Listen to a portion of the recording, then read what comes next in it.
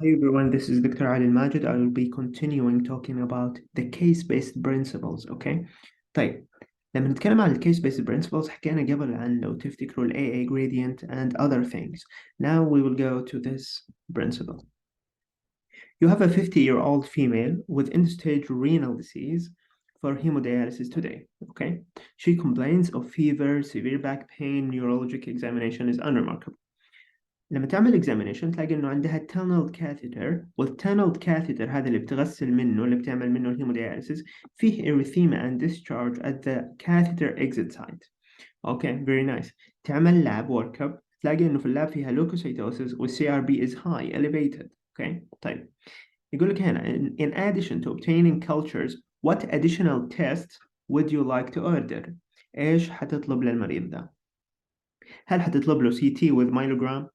MRI of the spine, lumbar puncture اللي هو LP or lumbar spine X-ray or gallium اللي هو nuclear medicine. طيب nuclear scan. طيب إيش الإجابة هنا بقى؟ الإجابة حتكون MRI of the spine. Why? Because we are dealing with spinal epidural abscess. شلون تفتكر spinal epidural abscess؟ يا جماعة you have a triad. You have a patient with back pain, fever and neuromanifestation. Although إنه المريض هذا تبعنا ما كان عنده neuromanifestation. طيب إنما النيورومانيفستيشن بنشوفها فقط في 30% of people. okay? يعني لو عندي 100 people عندهم epidural abscess, only 30 people will have a neuromanifestation. okay? 70 people will not have epidural, will not have a neuromanifestation. okay? طيب so لما يكون عندك severe back pain, fever, leukocytosis, elevated CRP, please think of spinal epidural abscess, especially if you have predisposing factor like catheters. في هذا البيشنت عندنا catheter، البيشنت بيعمل hemodialysis through the tunneled catheter. okay? وبالتالي we look لما يكون عندنا epidural abscess طوالي بندور على ال predisposing factors. okay?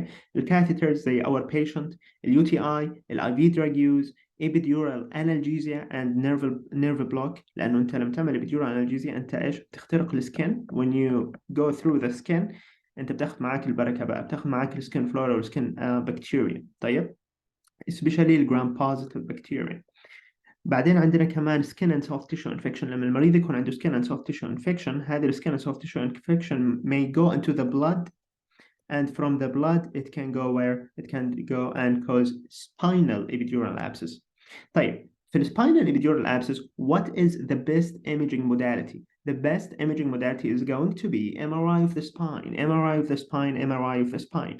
لماذا؟ لأنه ال MRI of the spine عندها sensitivity more than 90%.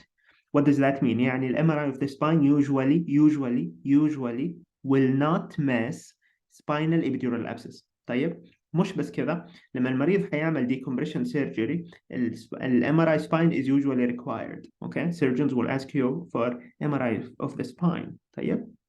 طيب هل أعملها مع contrast ولا لا؟ هل أعملها مع جادولينيوم ولا لا؟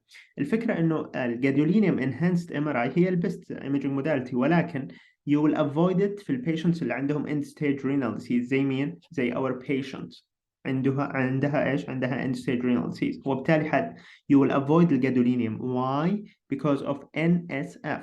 What is NFS؟ NFS is nephrogenic systemic fibrosis. طيب fibrosis. So عندك nephrogenic systemic fibrosis. This nephrogenic systemic fibrosis may occur، ممكن يحصل مع الجادولينيوم في الناس اللي عندهم مين؟ الناس اللي عندهم end stage renal disease. وبالتالي ايش الكيس based principle هنا؟ الكيس هي انه patient عمرها 50-year-old عندها end stage renal disease وجايه for hemodialysis. اكتشفنا ان عندها severe back pain وفيبر. نعمل لاب ورك نلاقي عندها leukocytosis وهاي CRP. ندور على ال predisposing factor نلاقي ان عندها infected catheter. اوكي؟ لانه عندها erythema and discharge from the catheter exit site. طيب اكيد حناخد blood cultures، ولكن in addition ايش حنعمل MRI of the spine لانه هي the best and the most sensitive modality. Sensitivity more than 90%.